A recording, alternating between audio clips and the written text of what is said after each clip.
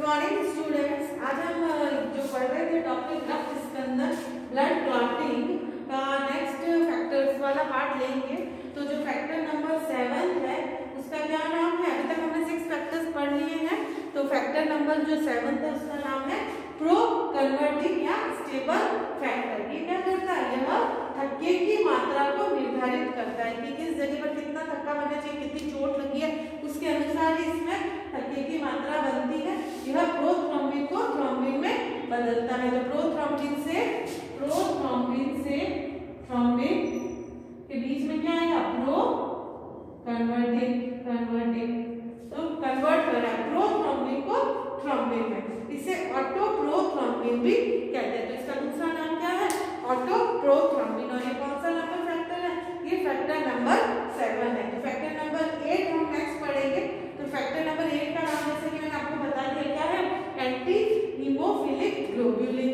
क्या नाम है? Anti haemophil. नाम से पता चल रहा है कि हीमोफीलिया जो रोग होता है वह इसकी कमी से हीमोफीलिया रोग होता है। तो अगर ये फैक्टर मौजूद है तो ये हीमोफीलिया रोग हमें नहीं होगा, परंतु अगर इसकी कमी हो जाएगी तो हमें हीमोफीलिया रोग उत्पन्न हो जाएगा। और इसका जब क्लॉटिंग के दौरान इसका पूर्णतः उपयोग कर लिया जाता है, ये पूरा ही यूज हो जाता है। तो इसके कारण सीरम में ये क्या होता है? सीरम में यह अनुपस्थित रहता है। अगर इसका पूर्णतः उपयोग हो गया तो सीरम में ये क्या हो गया? अनुपस्थित हो गया। और इसकी कमी से क्या होता है? हीमोफीलिया रोग। एंटी हीमोफिलिक, तो नाम से ही पता चल रहा है क्या रोग उत्पन्न होगा इसकी कमी से? हीमोफीलिया रोग। नेक्स्ट है फैक्टर 9, जिसे हम क्रिसमस फैक्टर भी कहते हैं।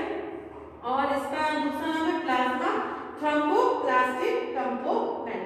तो इसका नाम क्रिसमस क्यों पड़ा? क्योंकि सर्वप्रथम जो क्रिसमस नामक बालक था उसमें इस रोग को देखा गया, इसीलिए उस बालक के नाम पे क्रिसमस नाम पे ही इसका नाम पड़ा इसका फैक्टर का।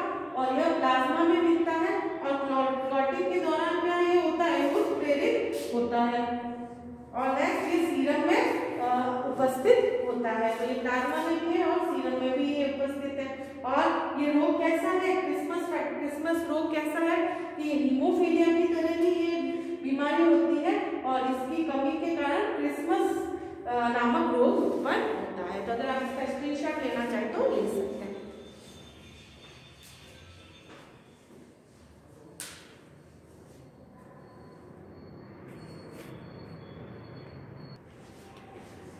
नेक्स्ट हम फैक्टर नंबर लेंगे, factor number 10।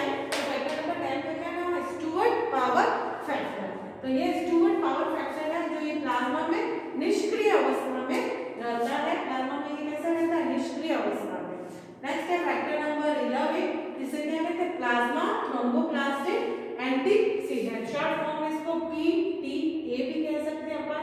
Plasma thromboplastic antecedent यह भी निष्क्रिय होता है और दूसरे एंजाइम की उपस्थिति में यह सक्रिय अवस्था में आ जाता है। ऐसे तो निष्क्रिय पड़ा है, परंतु अगर एंजाइम को इसमें संलग्न होगा तो ये उसको बूस्टअप कर देगा, इसको सक्रिय अवस्था में बदल देगा। नेक्स्ट है फैक्टर नंबर 12, जो कि है हेगमैन फैक्टर। और यह रुधिर वाहिनी जब क्षतिग्रस्त होती है तो यह सक्रिय हो जाता है। जैसे आपको चोट लगी या आपकी कोई रुधिर वाहिनी क्षतिग्रस्त हुई तो यह एक्टिव हो जाएगा। और निष्क्रिय 11 फैक्टर, कौन सा 11 factor? PTA, plasma thromboplastic antecedent, उसको यह क्या कर देगा? सक्रिय कर देगा। तो 11 फैक्टर को सक्रिय करने के लिए हमें किस फैक्टर की आवश्यकता होगी? 12 फैक्टर की, जो कि हेगमैन फैक्टर है। और लास्ट फैक्टर है हमारा फैक्टर नंबर 13, जिसका क्या नाम है? फाइब्रिन स्टेबिलाइजिंग फैक्टर, जो प्लाज्मा की उपस्थिति में प्लाज्मा में उपस्थित होता है और वो प्रोटीन है एक प्रकार का जो फाइब्रिन के बहुलीकरण कर उसे अविलय बनाता है। ठीक है ना? तो ये फाइब्रिन का क्या करेगा? फाइब्रिन का बहुलीकरण, पॉलीमराइजेशन करके उसको अविलय बनाएगा। अगर आप इसका स्क्रीनशॉट लेना चाहें तो ले लें। और ये जो भी मैंने आपको फैक्टर्स पढ़ा है उसके नोट्स तैयार कर लो।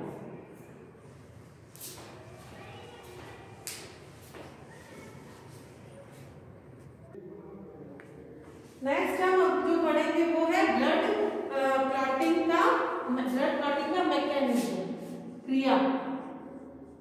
मैकेनिज्म, रक्त स्कंदन की क्रिया तो रक्त स्कंदन को दूसरा कौन सा नाम से जानते हैं? एक और नाम है इसका enzyme cascade, enzyme cascade theory, और क्या नाम से जाना जाता है इसको? Waterfall hypothesis, waterfall hypothesis, hypothesis. तो अगर आपको ऐसे भी क्वेश्चन आ सकता है कि एंजाइम कैस्केड थ्योरी को डिस्क्राइब करो, तो आप कंफ्यूज मत होना, वो ब्लड क्लॉटिंग मैकेनिज्म ही है। या आपके क्वेश्चन आ सकता है वाटरफॉल हाइपोथेसिस को डिस्क्राइब करो, उसके सारे फैक्टर्स कारकों के बारे में लिखो, तो भी आप कंफ्यूज मत होना, वो ही रक्त स्कंदन मैकेनिज्म ही है। तो फर्स्ट जो क्रिया इसमें होती है कि इसमें दो सिस्टम, जब चोट लगती है, चोट लगने पर हमारे दो सिस्टम एक्टिव हो जाते हैं, वह है आंतरिक व बाह्य। तो आंतरिक सिस्टम और ये दो सिस्टम इसमें एक्टिव हो जाएंगे, इंट्रिंसिक आंतरिक सिस्टम व बाह्य सिस्टम। तो ये दोनों एक्टिव होके प्रोथ्रोम्बिन को किसमें बदल देंगे? थ्रोम्बिन में, जो रक्त स्कंदन में कार्य करता है। तो पहले हम लेंगे इंट्रिंसिक सिस्टम। इसमें क्या होता है कि सबसे पहले फैक्टर नंबर 12 सक्रिय होकर कैल्शियम आयन की प्रेजेंस में किसमें बदल जाता है? 12A में। तो 12A का 12 का क्या नाम है? फैक्टर, नेकमैन फैक्टर। तो ये सक्रिय अवस्था में किसमें बदल जाएगा? ये सर्वप्रथम सक्रिय होकर 12A में। अब ये इसको एक्टिवेट कर देगा फैक्टर नंबर 11 को, जो क्या है? प्रोथ्रोम्बिन एंटीसीडेंट, और इसको ये किसमें बदल देगा? 11A में। और 11A फिर 9 पे काम करेगी, वो भी कैल्शियम की उपस्थिति में किसमें बदल जाएगा? 9A में। अब 9A किसको ऊपर वर्क करेगा? 8 फैक्टर पे, जो है एंटी हीमोफिलिक फैक्टर। तो एंटी हीमोफिलिक फैक्टर किसमें बदल जाएगा? 8A में। और ये 9 कौन सा फैक्टर है? क्रिसमस फैक्टर, क्रिसमस, ठीक है ना। तो ये सारे नाम आपको ऐसे जानने चाहिए। एंटी हीमोफिलिक फैक्टर जो 8A में बदल जाएगा, तथा अब ये जो है 10, ये किसको सक्रिय कर देगा? फैक्टर नंबर 10 को, जो कि स्टुअर्ट पावर फैक्टर, और इसको बदल देगा 10A में। तो ये प्रक्रिया है इंट्रिंसिक सिस्टम की। और नेक्स्ट हम लेंगे एक्सट्रिंसिक सिस्टम। तो एक्सट्रिंसिक सिस्टम में क्या होता है? ऊतक। तो टिश्यू भी टूटे, जब हमें चोट लगी तो ब्लड तो बाद में बाहर, टिश्यू का भी जो होगा ब्रेकअप होगा, तो टिश्यू भी क्लॉटिंग में क्या करेंगे? ऊतक है वो भी स्कंदन बनाने में मदद करेंगे। तो ऊतक में चोट लगने पर किसमें बदल जाएंगे? ऊतक थ्रोम्बोप्लास्टिक में। इसमें क्या होता है? 8 जो फैक्टर है वो सक्रिय होकर किसमें बदल जाएगा? 8A में। तो 8 फैक्टर का क्या नाम है? Pro converted. और ये इसको 10 को भी सक्रिय करके किसमें बदल देगा? 10A में। और इस कारण से 10A और कैल्शियम दोनों की प्रेजेंस में प्रोथ्रोम्बिन जो फैक्टर है वह किसमें बदल जाएगा? थ्रोम्बिन में। और इसमें सक्रिय योगदान किसका? कैल्शियम आयन का। और कारक नंबर 5 कारक यहाँ पर कार्य करेगा, और इसमें सक्रिय योगदान देके प्रोथ्रोम्बिन को किसमें बदल देगा? थ्रोम्बिन में। तो दो आपको ये बताना है कि इसमें दो चोट लगते ही, जैसे चोट लगी, दो सिस्टम एक्टिवेट हो गए। वो कौन से? इंट्रिंसिक सिस्टम और एक्सट्रिंसिक सिस्टम। एक्सट्रिंसिक सिस्टम में ऊतक कार्य करेंगे, जबकि इंट्रिंसिक सिस्टम में ब्लड। और इसमें फिर दोनों मिलकर क्या करेंगे? प्रोथ्रोम्बिन को थ्रोम्बिन में बदल देंगे। अगर आपके क्वेश्चन आया एंजाइम कैस्केड थ्योरी को बताइए, या वाटरफॉल हाइपोथेसिस, या ब्लड क्लॉटिंग, ये तीनों एक ही चीज के नाम है, रक्त स्कंदन प्रक्रिया। अगर आप इसका स्क्रीनशॉट लेना चाहें तो ले सकते हैं।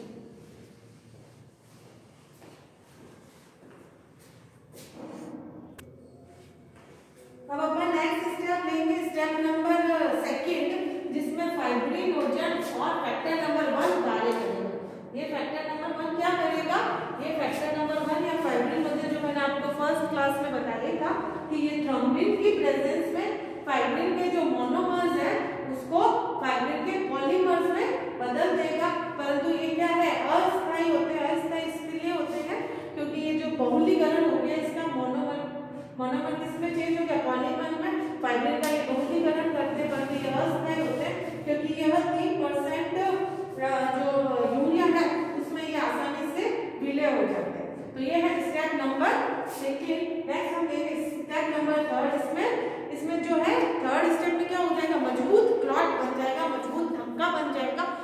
यह 30% यूरिया में विलय नहीं होता है, तो इसमें जो फैक्टर काम करेगा वो है फैक्टर नंबर 30। तो फैक्टर नंबर 30 कौन सा है?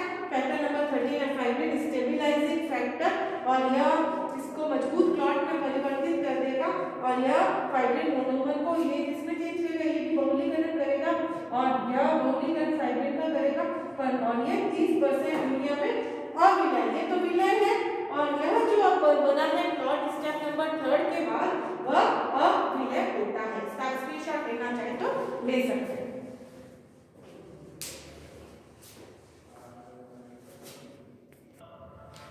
नेक्स्ट जो स्टेप है हमारा वो है स्टेप नंबर 4 और लास्ट स्टेप। इसमें क्या होता है, क्लॉट एक संकुचित क्लॉट में बदल जाता है और इसमें एनर्जी भी रिलीज होती है।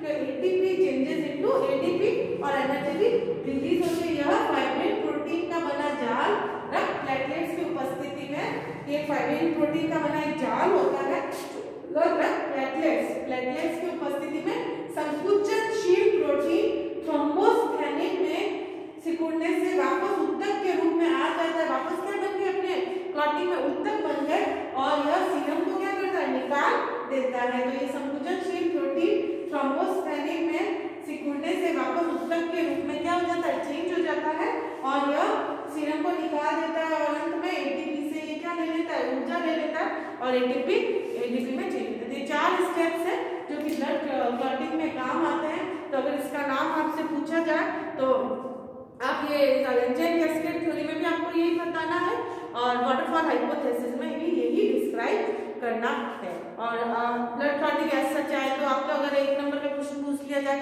कि 13 फैक्टर्स को डिस्क्राइब करो, तो आपको ऐसे 13 फैक्टर्स के नाम नंबर 1 फैक्टर पे कौन सा है, नंबर 2 पे कौन सा है, सारा ऐसे लिखना है। और मैकेनिज्म में आपके 4 स्टेप्स है। पहला इंट्रिंसिक एक्सट्रिंसिक वाला, सेकेंड स्टेप, थर्ड स्टेप जिसमें मजबूत क्लॉट बनता है, और 4th स्टेप में जिसमें एनर्जी दी जाती है, और ये उत्तक भी इसमें कार्य करते हैं। ये आपको सब लिखना है।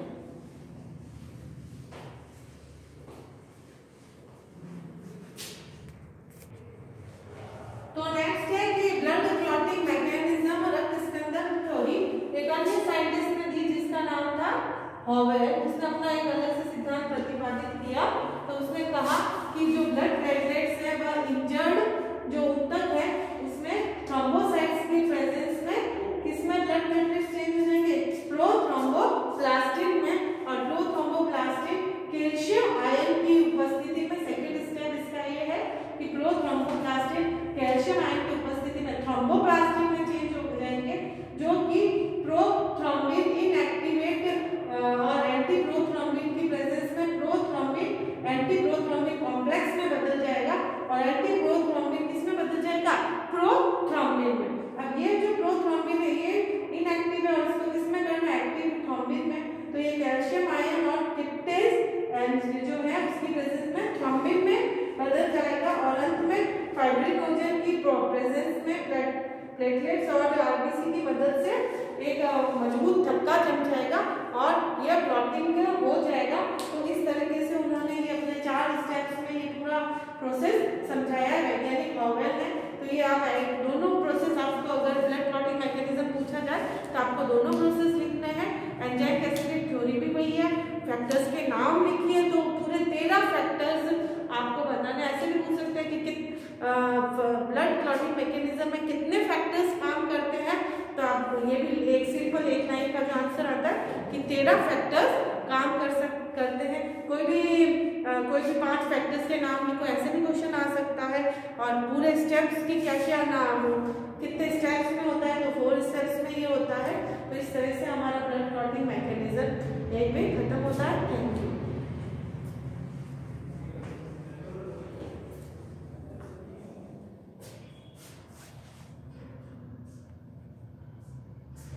और अगर आप इसका स्क्रीनशॉट लेना चाहें तो ले सकते हैं।